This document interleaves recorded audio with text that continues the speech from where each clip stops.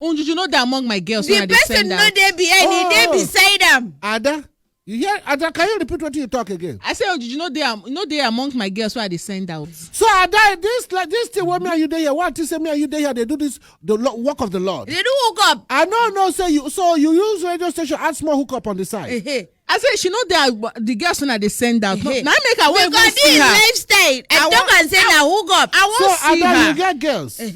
I get girls. They recruit. I know they hide them. What thing they use them for? They drive Uber, be dispatch rider. No, na cadet. No be this thing. No escorts. Okay, they be escort. Then they escort people. We they offer escort services. What escort? To escort people to where? Like to junction. No. Then they escort them go grave. Because when they grow up, would the escort person go bus stop? Yes, now. Even me and my best friend, would they do am that day go carry person? Escort person may go attack. He go come back. He go come back. Come back. So your own escort, the escort person go where?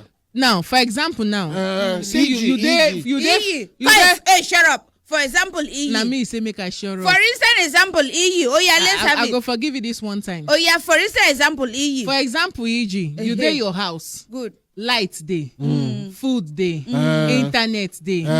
You dey bored. Nobody to talk to. So my company now. You even get company. You come call. Hi. You call the Nagesi of O. You call the helpline. Oh. You get helpline. Line where they tell they help people. Yes, you call helpline.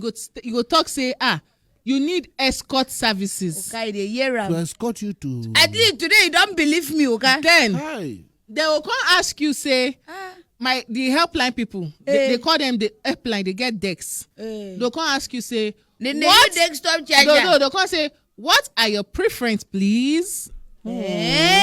Chook mouth. Wazobia.